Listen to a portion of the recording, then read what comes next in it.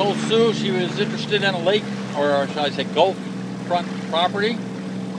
This one looks good, waterfront. But this is really waterfront, but I think it's really for the birds.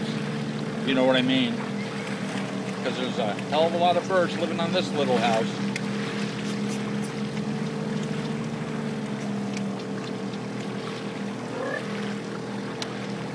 Sue's calling the birds now.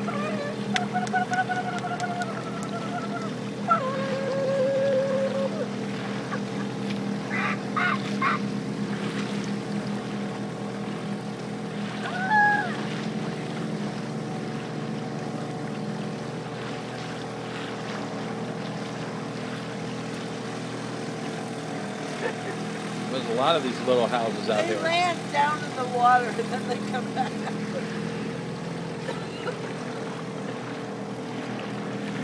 Oh, you can smell the shellfish.